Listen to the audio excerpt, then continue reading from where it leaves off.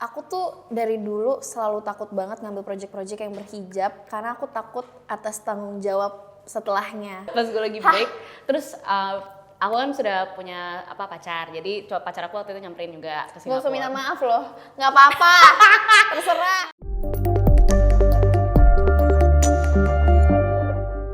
Ini adalah jawaban yang Becca sering banget jawab, yaitu bahwa menceritakan tentang seorang perempuan yang merantau ke luar negeri, lalu ia menemukan cinta, tapi memiliki perjalanannya sendiri dengan lika-liku percintaannya, dan ada juga drama keluarga, ada juga drama pertemanan, tapi fokusnya adalah di Aisyah ini. Lumayan. Iya, thank you ya. Mau nambahin? Aku? Oh, tetap aku. Iya, udah lengkap sih tadi sama Dwina, intinya tentang perempuan yang merantau, cewek sulung yang tanpa ayah yang bekerja untuk memperbaiki hidupnya biar lebih baik lagi, meninggalkan ibunya yang sakit. Banyak banget pertimbangan-pertimbangan dan beban-beban yang dipikul. Di luar itu ada lagi cinta segitiga. Di luar itu lagi ada lagi drama persahabatan. Pokoknya Aisyah ini hidupnya rumit. Nonton guys, mantap. Nah ini lebih bagus pakai punya dia.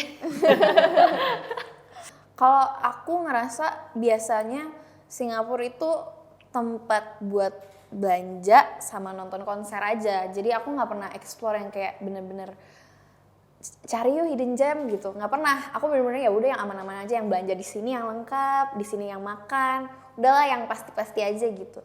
Tapi semenjak syuting ini aku baru sadar kalau Singapura itu banyak banget kegiatan yang bisa kita lakuin selain belanja, dan gak expected aja karena ini terlalu deket. Mungkin karena kayak ya udahlah negara tetangga, apa sih yang dicari, jadi nggak pernah ngerasa harus nyari tahu banyak. Tapi ternyata there's a lot of fun things to do, kayak Pilates dijual. Pilates dijual, itu seru banget kalau misalnya aku bangun. Ya, terus juga banyak tempat-tempat makanan yang sebenarnya kelihatannya biasa aja tapi enak banget gitu. Terus juga The Oceanarium itu baru di Singapura. Banyak deh tempat-tempat yang kayak kalian kalau nonton nanti kalian jadi ikutan kayak diajak jalan-jalan sama Akamsi gitu rasanya. Aku kan sempat di sana 2 tahun sebenarnya, walaupun jadi aku sempat kuliah di sana tapi nggak selesai. Banyak banget sih yang sebenarnya tempat-tempat yang udah aku pergi, tapi habis itu pas datang lagi udah ada yang berubah gitu. Terus habis itu ada juga tambahan yang pas syuting. Terutamanya kalau buat aku yang berkesan tuh NUS gitu. Dan aku belum pernah datang ataupun masuk ataupun keliling, dan bahkan aku tersesat di dalam NUS gitu sampai ke cabur olahraganya gitu, ngeliat orang berenang gitu, sampai ya gitu deh. Ternyata agak susah sinyal ya di NUS juga gitu buat aku. Tapi yang cukup berkesan mungkin ada rasa nostalgianya juga karena terakhir aku sana tuh 2019 kan. Pas ke sana lagi pas tahun kemarin udah 6 tahun. Jadi banyak places yang I visited dan ternyata masih ada yang sama gitu. Banyak banget yang masih sama dan tidak banyak yang ada yang berbeda, tapi mostly rata-rata masih sama gitu. Dan tapi kalau misalnya selain tempat-tempatnya yang indah dan infrastrukturnya yang rapi juga, menurut aku yang bisa di highlight itu artsnya sih di sana, karena mereka kan aware ya, mereka negara yang cukup kecil, jadi mereka tuh selalu ada aja gitu acara, event atau kegiatan yang biar bikin orang-orang di sana tuh juga nggak bosen. Jadi mungkin yang bisa dicek itu kayak teater-teaternya atau nggak mungkin festivalnya sih.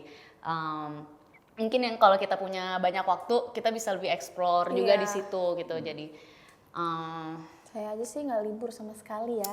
Jadi mungkin nggak dapet tuh diversity arts and craft-nya. iya, dan Becca kan setiap hari ya dia kerja. Jadi mungkin yang lebih dapat kesempatan buat muter itu gue lagi gitu sih.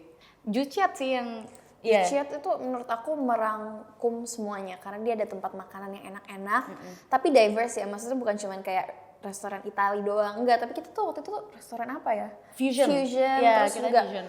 Besoknya kesana lagi aku coba Italian, enak banget juga, dan ada banyak toko-toko barang-barang perintilan yang lucu-lucu. Iya, jadi Ada toko boneka, lengkap deh, seru. Terus juga buat foto-foto juga bagus. Kalau misalnya kalian suka lihat, ternyata itu di TikTok rame yang gedung-gedung Singapura yang zaman dulu yang warna-warni, pastel-pastel gitu. Haji Itu Lane ya berarti. bukan Haji Lane tapi mirip. tapi enggak. Jadi kalau Haji Lane kan lane kan. Kalau ini tuh bangunannya gitu. Kalau misalkan kamu lurus lagi dari tempat kita makan, itu banyak banget turis foto-foto di situ. Tapi kayak tetap apa ya? Karena banyak tempat, nggak terlalu touristy menurut aku. Jadi semua orang tuh masing-masing dan tetap nyaman gitu. Iya, itu tempat yang cukup underrated sih menurut aku. Aku kayak waktu itu belum pernah jalan-jalan sekitar Juchiat sih jalanan itu. Itu boleh dicoba. Makanan-makanan, waktu itu gue nggak ajak lu ya. Waktu itu aku ajaknya Kisha. Kita makan salted egg-nya yang simlim ya. Makannya yang di simlim karena itu yang OG. Wah, itu 10 out of 10. Itu pengen spill tapi takut kayak viral. Nggak Yang sih. taste good. Iya yang taste good. Jadi dia tuh ada dua. Yang di samping-sampingan tapi kan simlim. Samping-sampingan. Tapi menurut gue cobainnya tuh yang taste good. Yang itu. Itu sama satu lagi yang wajib didatengin. Apa lagi ya, Bek? Aku sih bookstore di sana. Oh, Wah, kalap banget sih aku belanja bookstore di sana karena lengkap banget. Takashimaya. Takashimaya. Lengkap banget dan semua buku impian aku ada. Jadi aku pulang-pulang kopernya tuh berat banget, ternyata buku itu berat ya. Gitu loh, kayak wah, perasaan cuman beli, enggak sih, banyak ternyata. Seru dan ya pada dasarnya aku suka belanja, jadi aku suka Takashimaya. Takashimaya love, temen mungkin itu lebih turisty. Jadi yang wajib Jochiat, Singapore Oceanarium itu lumayan baru, dan kalian kalau misal harus ke sana harus seharian nyobainnya. Soalnya itu bener-bener gede banget, ujung ketemu ujung kayak bisa aja kalian janjian gak akan ketemu gitu. Gede banget, tempatnya gede banget. Kalau aku nggak relate sama sekali ya, aku nggak pernah mengalami cinta segitiga atau apa ya, disukain dua cowok at the same time. Kayaknya aku belum pernah sih, atau nggak tahu, nggak ada yang ngomong. Kalau ada kabarin aja ya bos. WhatsApp nih. Lucu lagi. Kalau aku kayak nggak ada yang sampai sedramatis itu. Palingan aku punya teman, terus ternyata kita suka laki-laki yang sama, tapi akhirnya dia yang pacaran. Cuma aku nggak ngomong ke temanku. Paling gitu aja, gitu sih. Tapi nggak drama sih. Sebut namanya. Ya loh. Relate-nya pengorbanan ke keluarga mungkin. Ada beberapa situasi di mana hati kita pengen A, tapi kita harus mikirin orang-orang di rumah gitu. Itu relatable sih menurut aku kalau kalian nonton. Apalagi anak sulung, apalagi anak perempuan yang ya decision maker, kayak pasti akan ngerasa kayak iya lagi gitu. Aku. Palingan kalau aku kan pas di Singapura beneran juga akhirnya punya pacar beneran di sana gitu. Cuma bedanya orang Brunei gitu. Jadi mungkin aspek itu aja sih. Cuma kalau jalan cerita cintanya beda banget. Kayak aku apa ya, ada konflik pun juga cuma bentar, habis itu sisanya kayak mulus gitu aja gitu sih. Jadi mungkin lebih ke geografis yang dibikin relate, sama mungkin karakter aku sendiri sih, yang aku ada sisi yang aku bisa ngerti gitu, karena kan dia agak nggak enakan ya gitu orangnya. Jadi waktu itu kayak menghindari dari konflik gitu, jadi kalau bisa gitu. Waktu pertama kali ditawarin, ceritanya sih sebenarnya bukan kayak yang sekarang akan tayang di bioskop, beda cerita. Tapi waktu itu ceritanya pun udah menarik buat aku. Jadi aku langsung kayaknya seru ya, tapi ada keraguan gitu. Kayak aku tuh dari dulu selalu takut banget ngambil project-project yang berhijab, karena aku takut atas tanggung jawab setelahnya. Kayak mungkin akan terus-terusan dapat karakter berhijab, terus nanti orang jadi berekspektasi aku berperilaku seperti orang yang berhijab gitu-gitu loh. Kayak takut dan insecure sendiri, kayak aduh belum pantas nih kayaknya. Tapi lama-lama aku pikir kalau ceritanya bagus, why not? Dan kalau gimana kalau misalnya project ini malah jadi sesuatu yang positif buat aku, yang siapa tahu one day malah aku bisa jadi berhijab karena ini, kan diambil positifnya aja gitu. Oh, Kalau cerita aku sama Becca sih beda banget ya. As in, Iya. kalau karakterku kan dia sebenarnya memiliki kepercayaan Katolik gitu, dan dia sesuatu apa ya? Aku juga dapat role-nya juga cukup mendadak. Jadi besoknya langsung acting coach sama fitting, besoknya langsung test camp. Habis itu minggu depannya satu mingguannya langsung terbang ke Singapura gitu. Jadi memang dalam waktu Roro yang jonggrang ya. iya, agak kayak hah tiba-tiba banget nih semuanya kan. Habis itu paling kalau challenge dari aku sih lebih ke si Vanessa ini dia tuh karakternya yang lebih wow gitu ya, kayak lebih dar gitu. Sedangkan aku pribadi merasanya ya, nggak tahu kalau orang lain ngerasa hal yang sama. Aku sih merasanya aku lebih contain gitu loh energinya. Kalau Vanessa mungkin karena mungkin dia masih kuliah juga, jadi masih ada energi yang kayak oh my god gitu.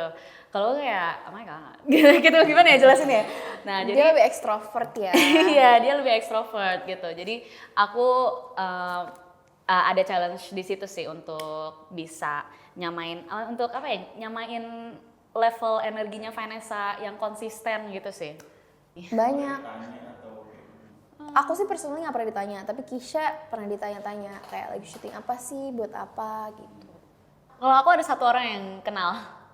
Ya waktu itu sebenarnya nggak tahu ya, mungkin yang lain gimana. Tapi aku ada satu yang aku lagi makan di hawker center, terus kayak, you Dwina right? Gitu, it's like, Dwina, yeah, I know you, I saw you somewhere, you look very familiar, gitu. Dia ngomong kayak, oh iya halo, gitu. Terus lucunya lagi, pas gue lagi break, maaf ya gue break, pas gue lagi break, terus aku kan sudah punya pacar, jadi pacar aku waktu itu nyamperin juga ke Gak Singapura. usah minta maaf loh, nggak apa-apa, terserah. Maksudnya kayak takut ada pihak yang tersinggung Enggak, gitu. enggak sama sekali. Enggak, jadi waktu itu disamperin. Terus pas aku mumpung lagi di sana kan sekalian jalan-jalan, jadi kita ke USS juga. Pas di USS lagi ngantri, orang yang sama ketemu sama aku di hawker center, ada di belakangku lagi ngantri.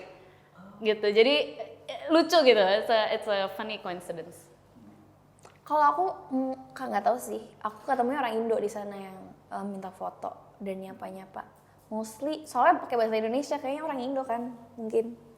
Gitu, atau enggak di DM yang kayak aku lihat kamu di sini, aku lihat kamu di sini, aku lihat kamu di sini gitu. Physical, energi dan waktu tidur aku, karena aku syuting ini sambil kuliah online. Jadi aku membagi waktunya bener-bener susah. Udah gitu karena berhijab, aku tuh datang sebelum para kru dan yang lain-lain. Pokoknya kalau yang paling awal deh, kita tuh aku sama orang-orang makeup terus harus jalan dulu ke hotel buat makeup jam 4 pagi dari gelap sampai terang, pulang juga paling terakhir sampai hotel kuliah, terus paginya mulai lagi gitu. A lot of energy is being disalurkan untuk ini gitu, dan banyak